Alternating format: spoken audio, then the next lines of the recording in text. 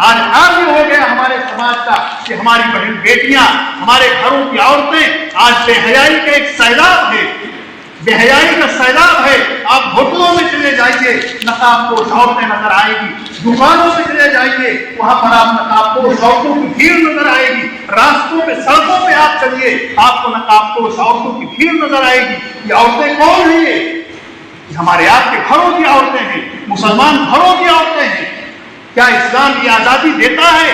یہ آزادی آج کے ماحول میں خاص طور پر جبکہ فساد کا دور ہے، فتنے کا دور ہے، آزمائش کا دور ہے، کیسی کیسی گندی نگاہوں والے لوگ راستوں پہ چل رہے ہیں، گندے خیالات والے چل رہے ہیں، شیطان ہر وقت شکار کرنے کے لیے ان کے پیچھے پڑا ہوا ہے، اور نہ معلوم کیسے آوارہ لوگ جو ان کے شکار کے چکر میں ہر وقت رہتے ہیں، پلاننگ جو ہے ہو رہی ہے، منصوبے بنائے جا رہے ہیں کہ مسلمان عورتوں کو کیسے آوارہ بنایا جائے، ان کی عزتوں کو کیسے پامال کیا جائے، ان کی آبرو کو کیسے تار تار کیا جائے۔ ایسی صورتحال میں ہم نے اپنی عورتوں کو جو چھوٹ دے رکھی ہے، ہم نے ان کو جو آزادی دے رکھی ہے، اور اس کے نتیجے میں آج جو نتائج ہمارے سامنے آ رہے ہیں، جو ہم موبائل پہ دیکھتے ہیں، وہ چیزیں چھپی ہوئی نہیں ہیں اور ان کو کہنے کی ضرورت ہے۔ وہ ہر مسلمان اس وقت، مرد ہو یا عورت ہو، آئے دن ہم اپنی نگاہوں سے ان کو دیکھتے ہیں اور خبروں میں سنتے ہیں، لیکن میرے بھائیوں افسوس ہوتا ہے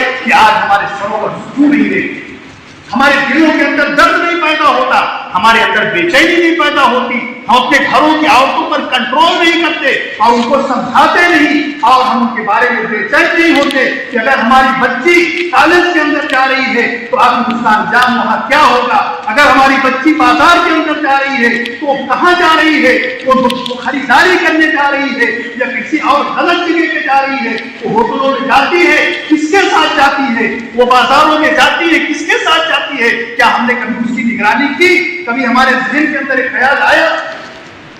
اور اس کو ہم جھٹلا نہیں سکتے، آج ہو رہا ہے۔ اگر ہم آپ اس بات پر مطمئن ہیں کہ ہمارا گھر محفوظ ہے، ہماری بہنیں محفوظ ہیں، ہمارے گھر کی عورتیں محفوظ ہیں، میں اللہ رب العزت ہم سب کی حفاظت فرمائے۔ اگر یہ ماحول چلتا رہا جو اس وقت ماحول چل رہا ہے، اگر یہ گندگی بڑھتی رہی، یہ بے حیائی بڑھتی رہی، تو کسی کا گھر محفوظ نہیں رہے گا، کسی کا گھر محفوظ نہیں رہے گا۔ کوئی اپنے گھر کی گارنٹی نہیں لے سکتا، کوئی اپنی بہن بیٹے کی گارنٹی نہیں لے سکتا۔ اس وقت جو ماحول چل رہا ہے، عقل حیران ہے کہ اس پہ کنٹرول کیسے کیا جائے، اس پر قابو کیسے پایا جائے۔ میرے بھائیوں اور دوستوں، آج جو تشویشناک حالات ہیں، آج جو خطرناک ماحول بنا ہوا ہے، خاص طور سے ہماری بہن بیٹیوں کے لیے، اس ماحول کے اندر ہم سب اگر ہوشیار نہ ہوئے، ہم سب اگر چوکنا نہ ہوئے، اگر ہم نے اس طرف توجہ نہ دی اور ان کی حفاظت کی فکر نہیں کی، تو پورا سماج ہمارے ہاتھ سے نکل جائے گا، ہمارے ہاتھ سے نکل جائے گا، پھر ہم ہاتھ ملتے رہیں گے لیکن کوئی چیز ہمارے سامنے نہیں آئے گی۔ اللہ نے قرآن پاک کے اندر بات صاف صاف ارشاد فرمائی، ان الذین یحبون ان تشیع الفاحشۃ فی الذین آمنوا لهم عذاب علیم فی الدنیا والآخرہ۔ جو لوگ چاہتے ہیں کہ مومنوں کے اندر فحش پھیل جائے، گندگیاں پھیل جائیں، زنا عام ہو جائے، ان کے لیے دنیا اور آخرت دونوں جہاں میں بدترین عذاب ہے، خطرناک عذاب ہے۔ کتنی عورتیں ہیں آج بھی اس چیز کا پرچار کرتی ہیں کہ عورتوں کو آزادی چاہیے۔ میرے بھائیوں، عورتوں کو نوکری چاہیے، اسلام آزادی دیتا ہے، عورتوں کو ترقی کرنے کے مواقع دیتا ہے، لیکن اسلام اس کے حدود متعین کرتا ہے۔ غیروں کی طرح یہ نہیں ہے کہ ہم جانوروں کی طرح جدھر چاہے ادھر منہ ماریں، ہمارے حدود ہیں، ہماری یہ پابندیاں ہیں، ہم آزاد لوگ نہیں ہیں، ہم خدا کے حکم کے پابند ہیں۔ اللہ رب العزت جتنی ہمیں آزادی دے گا ہم اتنی آزادی اختیار کریں گے، جہاں اللہ پابندی لگا دے گا ہم وہاں رک جائیں گے۔ ما كان للمؤمن ولا مؤمنة ان يكون لهم الخيرة من امرهم، کسی مومن اور کسی مومن مرد کے لیے، کسی مومن عورت کے لیے اس کی اجازت نہیں ہے، اس کا اختیار نہیں ہے کہ اپنی من مرضی جو چاہے وہ کرے۔ اگر ہم سچے مسلمان ہیں، اگر ہمارے دل کے اندر ایمان ہے، اگر ہم قرآن کو مانتے ہیں، اللہ کے رسول کی حدیثوں کو مانتے ہیں، آخرت پر ہمارا یقین ہے، تو میرے بھائیوں ایک ایمان والے کا تقاضا یہ ہے کہ ایسی نوکری پر، ایسے پیسے پر، ایسی ترقی پر پھونک دے اور لعنت بھیجے جس میں ایمان کا خطرہ ہو، جس میں عزت و آبرو کا خطرہ ہو، جس میں کسی ایسی چیز کا خطرہ ہو جو ہمارے اقدار کو हमारे अखलाक को नुकसान पहुंचाए और हमारी इज्जतों को तार तार करे। इतनी गैरत हमारे अंदर होनी चाहिए, इतनी हमीयत हमारे अंदर होनी चाहिए। अगर ये हमीयत नहीं है, ये ईमानी गैरत हमारे अंदर नहीं है, तो हमें कोई मुसलमान कहने का हक नहीं है।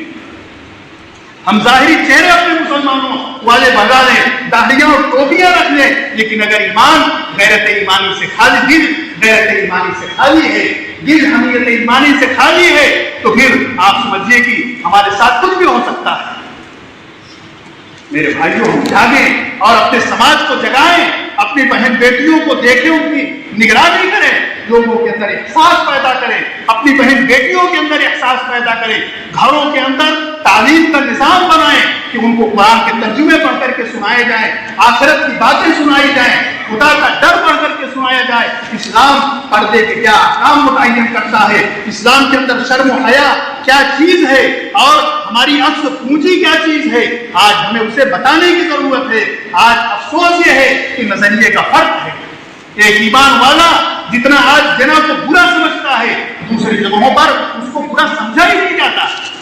वो तो आज कल्चर में दाखिल हो गया है, फैशन में दाखिल हो गया है, और आज ये चीजें हो रही हैं कि लोगों का नजरिया बदल गया है। लेकिन मेरे भाइयों, हम ईमान वाले हैं, हमारा नजरिया वही होना चाहिए जो नजरिया हमें कुरान देता है, जो नजरिया हमें अल्लाह के रसूल जनाब मोहम्मद रसूलुल्लाह सल्लल्लाहु अलैहि वसल्लम दे करके गए हैं। हमारा नजरिया वो होना चाहिए, हमारी सोच होनी चाहिए, हमारी फिक्र होनी चाहिए। हम खुद भी अपने घरों के अंदर पर्दे का इंतजाम करवाएं और हम निगरानी रखें और औरतों पर कंट्रोल करें। आज देखिए कितनी बेइज्जती की बात है, कितनी बदनामी की बात है, कितनी जिल्लत और रुसवाई की बात है कि आज हमारी औरतें कहां कहां जाती हैं, क्या क्या मामलात उनके सामने होते, उनके साथ होते हैं, कैसे कैसे मनाज़िर उनके हमारी निगाहों के सामने आते हैं, और हर जगह हो रहा है। ये एक जंग है, जो जंग हम पर मुसल्लत की गई है, जो जंग हर घर है। आज अपनी निगाहों की हिफाजत करना मुश्किल हो गया है, अपने ख्यालात की हिफाजत करना मुश्किल हो गया है। आज ये मोबाइल हमारे हाथों में है और उस मोबाइल को हम अपनी मासूम बच्चों को दे देते हैं, अपनी मासूम बच्चियों को दे देते हैं। क्या आप जानते नहीं हैं उस मोबाइल के अंदर क्या चीजें आती हैं? उस मोबाइल के अंदर कैसी गंदगी भरी हुई है, और अच्छाई भी है, लेकिन इंसान का जहन गंदगी की तरफ भागता है, बेहयाई की तरफ भागता है, इसलिए उसके अंदर नफ्स को लज्जत मिलती है, नफ्स को मजा आता है, शैतान उसके अंदर साथ देता है। आज इस मोबाइल को हमने अपने मासूम बच्चों और बच्चियों को दे करके वो एक दूसरे को बेहया बना दिया, और वही चीजें देखती हैं जो उसके अंदर बेहयाई की चीजें होती हैं, और ये शर्म और हया हम उनकी निकल चुकी है। बहुत सारी चीजें तो समाज की वजह से निकल चुकी हैं, और बहुत सारी शर्म हया वो है जो देख करके इंसानों की निगाह के अंदर, इंसानों के दिल के अंदर जो शर्म हया है वो बेबाकी के अंदर बदल जाती है। मेरे भाइयों, शर्म हया हमारी औरतों का जेवर है, हमारा भी जेवर है। अल्लाह के रसूल ने इरशाद फरमाया, अल हयाउ शुअबतुम मिनल ईमान, हया और शर्म ईमान का एक हिस्सा है। अल्लाह के रसूल ने फरमाया, इज़ा लम तस्तही फस्फअ बिमा शि'ता, जब शर्म हया निकल जाए तो जो चाहे करो। जाहिर है कि शर्म बहुत बड़ी रुकावट है, इसलिए हमें चाहिए कि हम इन चीजों पर भी पाबंदी लगाएं, और हमारा बच्चा, हमारी बच्ची जो आज छोटी छोटी बच्चियां हैं, कॉलेजों में जा रही हैं, जो मोबाइल इस्तेमाल करती हैं, आप देखिए कि उनको मोबाइल की जरूरत क्या है। अगर हमारी बच्ची घंटों बात कर रही है और उसका रिश्ता कहीं नहीं हुआ है, तो आप सोचिए कि वो कहां बात करती है, किससे बात करती है। क्या ये सोचने की बात नहीं है? ये निगरानी की चीज नहीं है, ये देखने की चीज नहीं है।